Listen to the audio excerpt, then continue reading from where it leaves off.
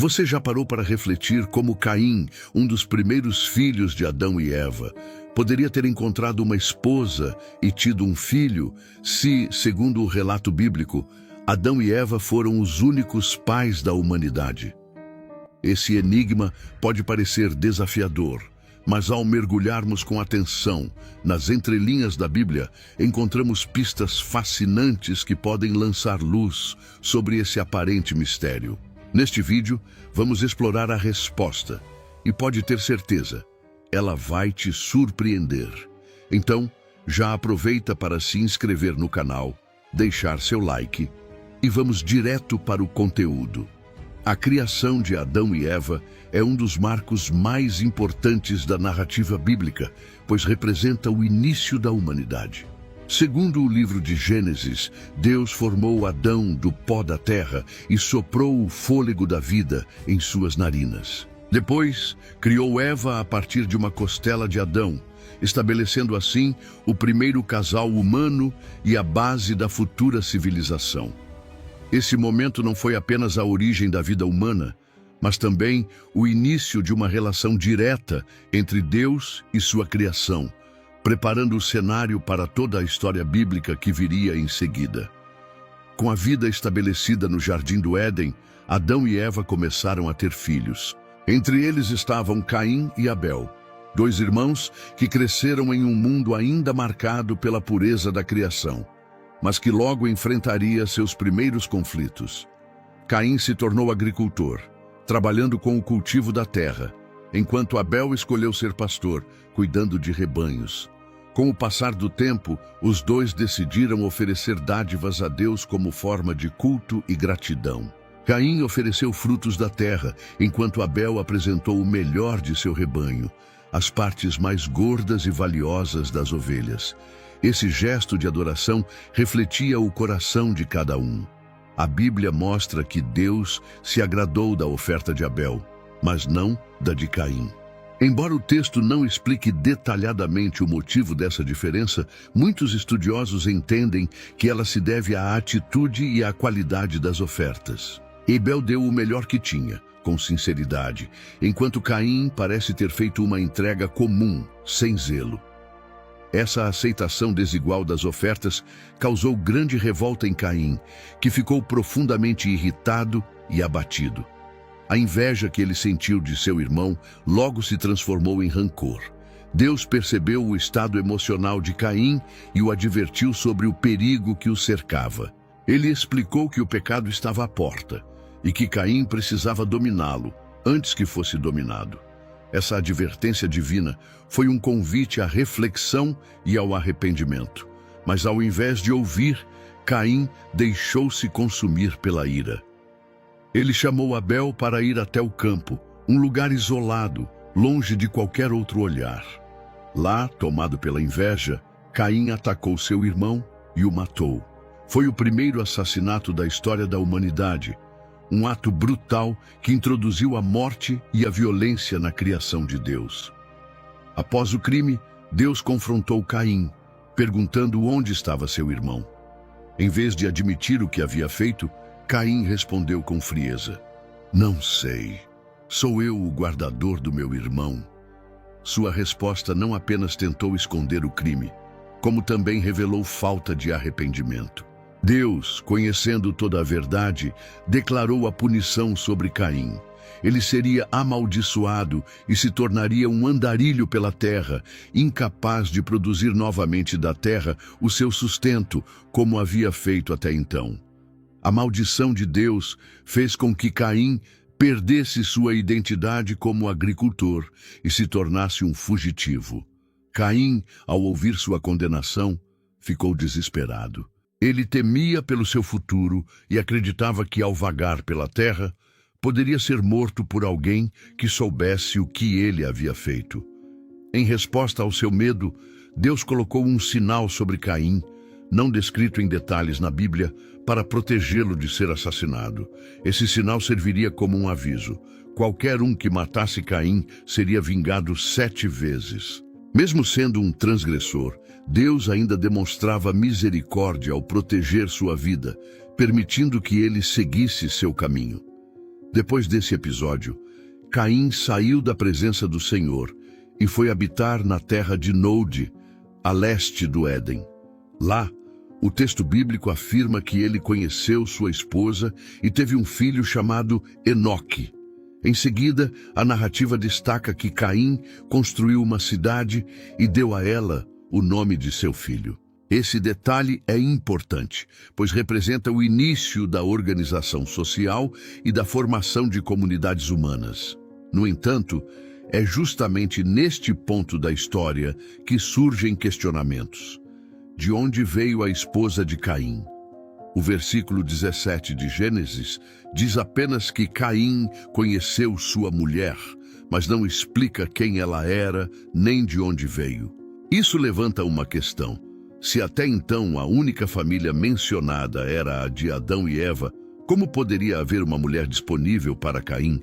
Uma das possibilidades levantadas por estudiosos é que Caim tenha se casado com uma de suas irmãs, já que Gênesis 5:4 afirma que Adão teve filhos e filhas.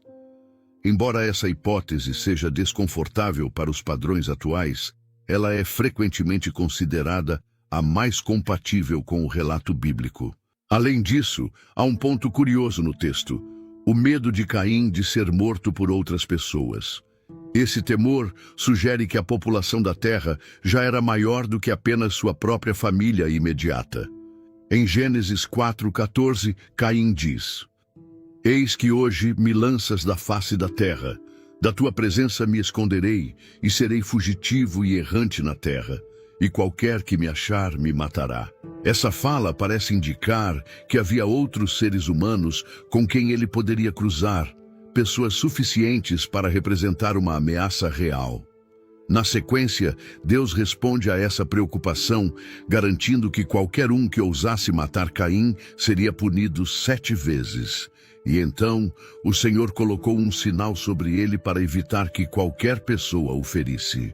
Esses detalhes reforçam a ideia de que já existia uma quantidade maior de habitantes na Terra do que os poucos nomes listados na genealogia inicial. Isso leva à suposição de que a Bíblia, ao focar na linhagem principal, não descreveu todos os descendentes de Adão e Eva, mas apenas os que tinham importância direta na narrativa da redenção. Outra interpretação, menos aceita, mas ainda discutida, é que Deus possa ter criado outros seres humanos além de Adão e Eva. Defensores dessa teoria argumentam que, para justificar o rápido crescimento populacional descrito nas Escrituras, seria necessário um número maior de indivíduos desde o princípio. Eles sugerem que pode ter havido outras linhagens humanas, criadas por Deus paralelamente, e que apenas a de Adão foi escolhida para ser acompanhada nas Escrituras. Essa hipótese busca conciliar a narrativa bíblica com descobertas arqueológicas e evidências antropológicas que apontam para a existência de comunidades humanas mais complexas e amplas em tempos muito antigos. Entre essas evidências encontram-se registros de sociedades organizadas e vestígios de ocupações humanas em várias regiões do mundo, datados de milhares de anos. Os primeiros relatos parecem apontar para a existência de um cenário populacional mais amplo. No entanto, é importante destacar que essa interpretação ainda é considerada especulativa, pois não encontra apoio explícito no texto bíblico. A narrativa de Gênesis mantém seu foco na história da família de Adão e Eva, sem fazer qualquer referência direta a outros grupos humanos que possam ter existido ao mesmo tempo. A Bíblia não fornece informações adicionais sobre uma possível criação de seres humanos fora do núcleo original da família primordial, mantendo a história em um registro mais concentrado e específico. Assim, embora essa teoria busque alinhar a Bíblia com descobertas científicas modernas, como achados arqueológicos ou hipóteses antropológicas, ela permanece como uma suposição debatida entre teólogos e estudiosos. Em contraste, a explicação mais amplamente aceita é a de que Caim tenha se casado com uma irmã ou uma sobrinha, uma hipótese que se encaixa tanto no contexto histórico quanto nas práticas culturais da época em que se passa a narrativa. A Bíblia não afirma que Adão e Eva tiveram apenas Caim e Abel. Pelo contrário, em Gênesis 4:1, Eva afirma: "Alcancei um varão com o auxílio do Senhor", referindo-se a Caim, mas não há uma menção parecida após o nascimento de Abel, o que abre margem para que outros filhos possam ter nascido nesse intervalo. A ausência de detalhes sobre os demais filhos e filhas nesse trecho levou estudiosos a considerar que Adão e Eva tiveram uma descendência muito maior do que a descrita diretamente. Naquele tempo, famílias numerosas eram comuns, e a ausência de qualquer proibição explícita quanto a casamentos entre irmãos no início da história humana permite entender que Caim poderia ter se casado com uma irmã ou parente próxima. Essa visão é reforçada em Gênesis 5:4, onde é dito que Adão teve filhos e filhas, o que expande nossa compreensão da linhagem original. O texto, portanto, não limita a descendência de Adão e Eva a apenas 3 filhos, Caim, Abel e Sete, permitindo uma leitura mais abrangente sobre o crescimento populacional da época. Considerando que não havia uma população significativa fora da descendência direta de Adão e Eva, a ideia de que Caim tenha se unido a uma irmã aparece como uma explicação lógica e condizente com o contexto histórico e social daquele período. No início da história humana, o casamento entre irmãos ou parentes próximos não apenas era aceitável, como também necessário para garantir a continuidade da espécie. O texto bíblico não traz nenhuma reprovação a esse tipo de união naquele estágio da humanidade, o que evidencia que essas práticas eram normais dentro da cultura e das circunstâncias do tempo. A Bíblia, aliás, apresenta diversos exemplos de casamentos entre parentes próximos. Um dos mais conhecidos é o de Abraão e Sara, que eram meio-irmãos. Em Gênesis 20:12, o próprio Abraão explica que Sara era filha de seu pai, mas não da sua mãe. Naquele tempo, esse tipo de união era socialmente aceitável e muitas vezes até necessário para preservar a linhagem familiar. Isaque, filho de Abraão, também se casou com uma parente próxima, Rebeca, que era sua prima de primeiro grau. Esse padrão continuou com Jacó, neto de Abraão, que se casou com 2 de suas primas, Lia e Raquel, filhas de Labão, irmão de sua mãe. Esses casamentos, que hoje soam incomuns, eram considerados normais no contexto histórico e cultural do Antigo Oriente Médio. As leis que mais tarde proibiriam uniões entre parentes próximos só foram estabelecidas muito tempo depois, com a promulgação da Lei de Moisés, cerca de 2.500 anos após a criação de Adão e Eva. Essas leis, contidas principalmente no livro de Levítico, introduziram padrões mais rígidos para a convivência social e a saúde genética da comunidade israelita. Isso mostra que a Bíblia acompanha a evolução das normas culturais e sociais, conforme o crescimento e a complexidade das sociedades. Na maioria das vezes, a narrativa bíblica acaba concentrando sua atenção nos personagens mais conhecidos, como Caim e Abel, enquanto muitos outros nomes e histórias são deixados de lado. Tanto nas tradições judaicas quanto cristãs, há uma tendência de enfatizar os eventos mais dramáticos, o que contribui para o esquecimento de figuras secundárias. Isso faz com que a trajetória dos outros filhos e filhas de Adão e Eva permaneça obscura, mesmo que essas vidas tenham desempenhado papéis importantes no desenvolvimento inicial da humanidade. A falta de nomes e detalhes sobre essas figuras cria um espaço de silêncio que ainda hoje desperta curiosidade e especulações.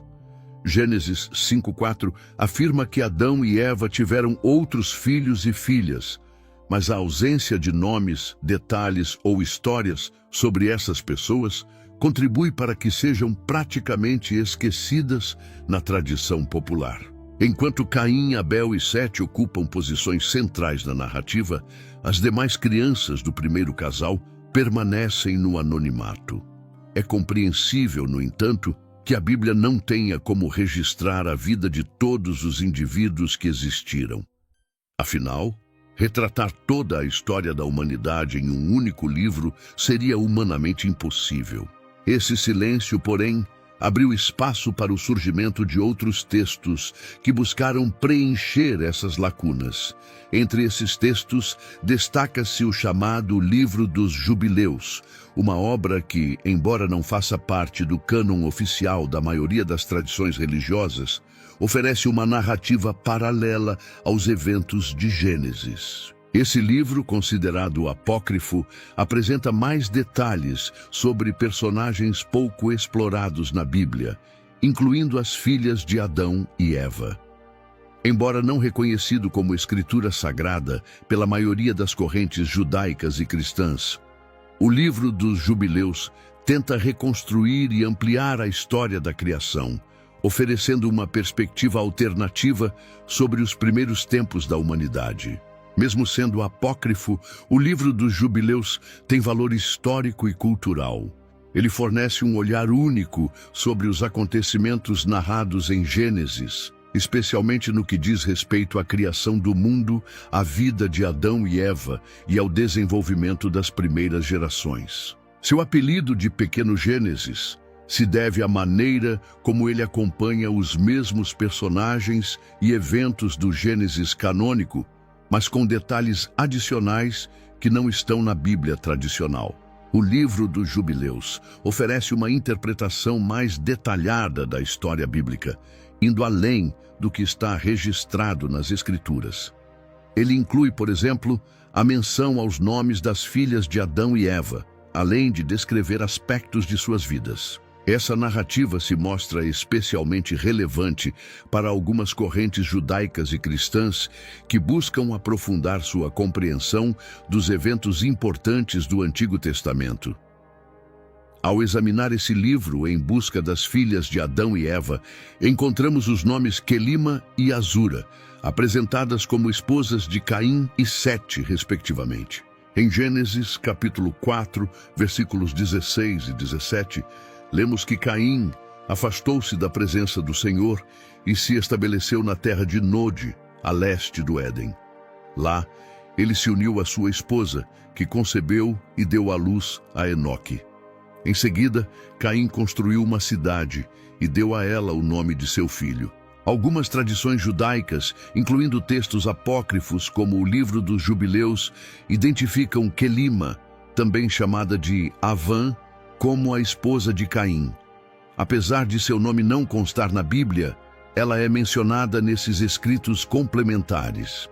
A origem do nome Quelima, segundo algumas interpretações linguísticas do hebraico ou do fenício, está ligada a significados como vício ou força. Como esposa de Caim, seu nome pode representar tanto a influência que ela exerceu na formação da nova linhagem, quanto as dificuldades enfrentadas ao lado de Caim após o exílio. Após ser expulso da presença de Deus, Caim teria encontrado Avã, e a narrativa menciona que ele fundou a cidade de Enoque em homenagem ao filho que tiveram juntos. O Livro dos Jubileus também traz essa cidade como uma das grandes realizações de Caim depois do episódio trágico com Abel. Ao ser mencionada junto de Caim, Avã assume uma posição de destaque como figura essencial da linhagem que se formou após sua expulsão. Mesmo que o texto bíblico não identifique a esposa de Caim, nem revele sua origem, a leitura completa de Gênesis, até esse ponto, apresenta pouquíssimos personagens. Apenas Adão, Eva, Abel, Sete e Caim. É razoável considerar que no momento em que Caim encontrou Avã, o mundo já estava mais densamente povoado. A essa altura da história, é muito improvável que existissem apenas 5 pessoas vivas. Certamente já havia outras mulheres além de Eva.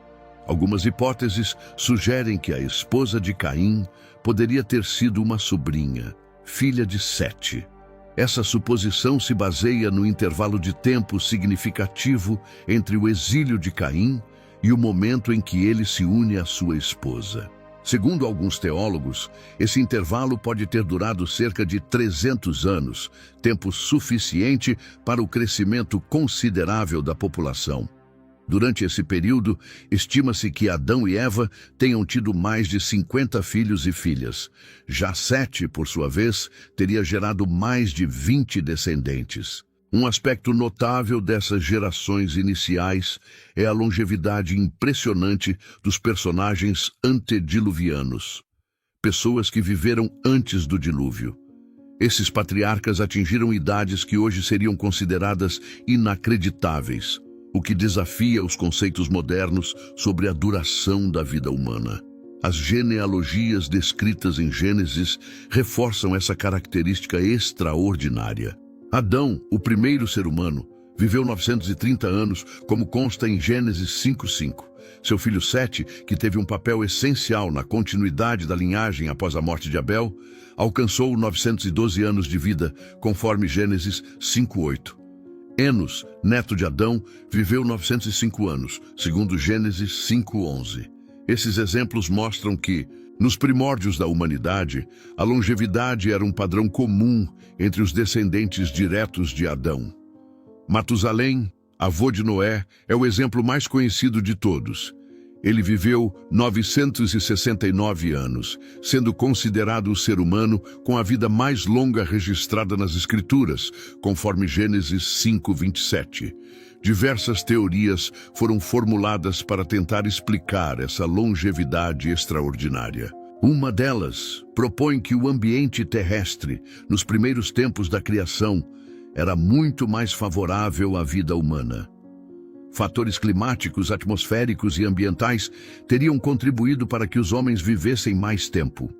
Alguns estudiosos acreditam que a atmosfera da Terra, antes do dilúvio, oferecia uma proteção mais eficaz contra radiações nocivas e outros elementos que aceleram o envelhecimento. Outros intérpretes sugerem que a estrutura genética dos primeiros seres humanos era muito mais pura e resistente, o que lhes permitia viver por séculos sem as doenças e fraquezas que conhecemos hoje.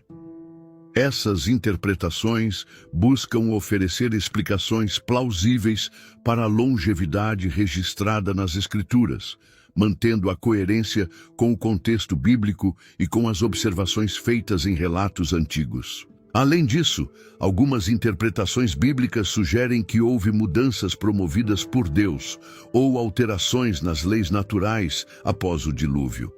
Em Gênesis 6:3, lemos que Deus declarou: "O meu espírito não agirá para sempre no homem, pois este é carnal, e os seus dias serão 120 anos."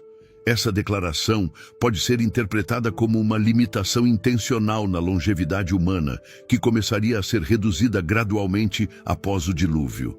Esse padrão de diminuição na duração da vida é claramente perceptível nas gerações seguintes. Depois do dilúvio, as idades dos personagens bíblicos passam a diminuir consideravelmente. Abraão, por exemplo, viveu 175 anos, como registrado em Gênesis 25:7. Moisés, um dos maiores líderes do Antigo Testamento, viveu 120 anos, segundo Deuteronômio 34:7. Essa redução progressiva pode ser explicada por diferentes fatores. Uma hipótese recorrente é que as condições ambientais após o dilúvio se tornaram menos favoráveis à vida longa. Outra possibilidade é o declínio da qualidade genética ao longo das gerações, devido à continuidade dos casamentos entre parentes próximos. A diminuição da longevidade também pode refletir uma mudança nos planos divinos e nas necessidades da humanidade. Alguns estudiosos acreditam que Deus teria ajustado a expectativa de vida dos seres humanos para adequá-la às novas condições do mundo pós-diluviano, onde a necessidade de viver séculos inteiros já não seria mais essencial. Diante dessa nova realidade, é plausível imaginar que, quando Caim buscou uma esposa, já houvesse muitas irmãs e sobrinhas disponíveis, tornando viável seu casamento com uma parente consanguínea. Essa prática de união entre parentes próximos, como mencionado anteriormente, persistiu por um bom tempo.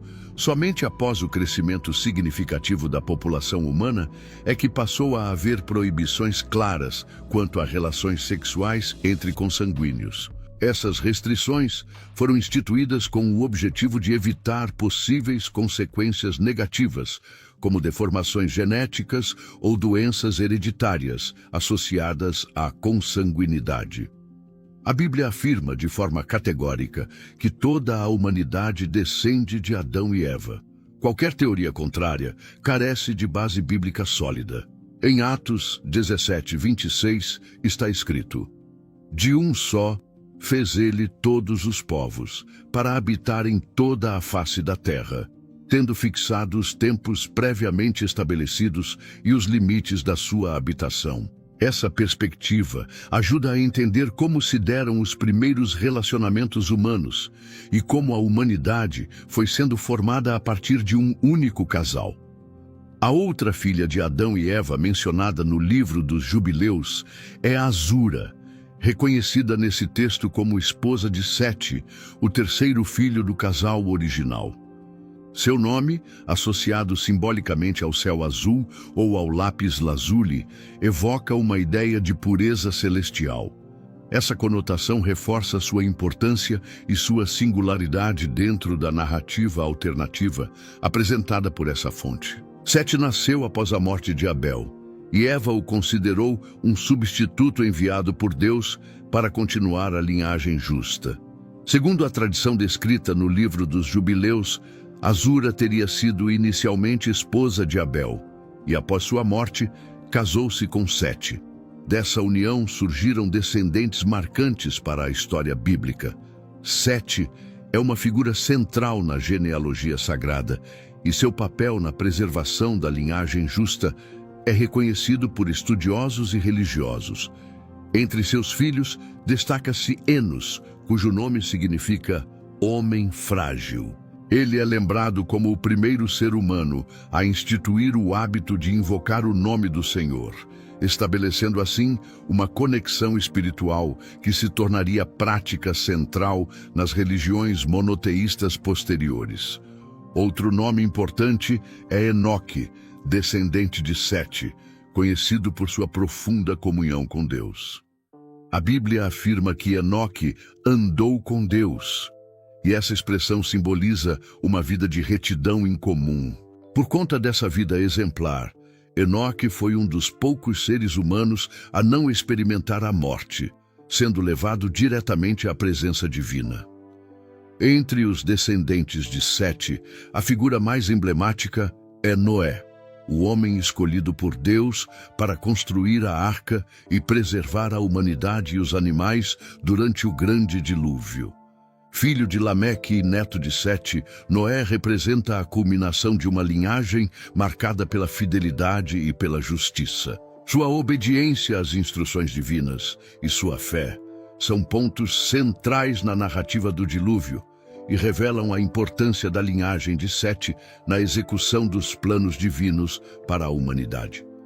Cada personagem dessa linhagem contribuiu de alguma maneira para a construção da história humana e para a preservação dos princípios espirituais em meio às adversidades. As tradições religiosas que contrastam as linhagens de Caim e Avã com as de Sete e Azura ilustram uma dualidade profunda no comportamento humano, representando de um lado a fragilidade moral e de outro a retidão espiritual.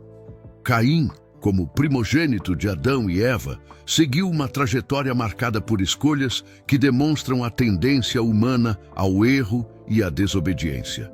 Já a linhagem de Sete e Azura é vista nessas tradições como um exemplo de obediência e de alinhamento com os valores divinos. Embora diferentes em seus caminhos, ambas as linhagens refletem aspectos importantes da experiência humana. As escolhas morais e espirituais que definem o rumo das gerações. Aqui é importante reiterar que o livro dos Jubileus é considerado um texto apócrifo, ou seja, ele não é oficialmente aceito como parte do cânon bíblico pelas principais tradições religiosas, tanto judaicas quanto cristãs. Todas as informações a respeito das filhas de Adão e Eva, contidas nesse livro, podem variar conforme as diferentes interpretações e crenças religiosas. A Bíblia, como livro sagrado, se concentra nas mensagens essenciais da fé e no relacionamento entre Deus e a humanidade. Ela não tem como propósito relatar todos os detalhes ou narrar a vida de cada indivíduo que existiu, mas sim transmitir os ensinamentos fundamentais para a vida espiritual e moral. Por meio dela, Deus revela seus princípios, sua justiça e seu amor, mostrando-nos como devemos viver. É importante compreender que um único livro não poderia conter toda a história da humanidade, nem detalhar cada acontecimento ou cada personagem. A Bíblia funciona como um guia espiritual, oferecendo as informações necessárias para conhecermos a Deus e seguirmos seu caminho com confiança. Ela nos orienta sobre o que realmente importa para a nossa fé, ainda que não nos revele todos os aspectos do passado ou do plano divino. Os propósitos de Deus são perfeitos, mas também estão além da nossa total compreensão. Em Isaías 55, 8, 9, lemos: Porque os meus pensamentos não são os vossos pensamentos, nem os vossos caminhos os meus caminhos, diz o Senhor.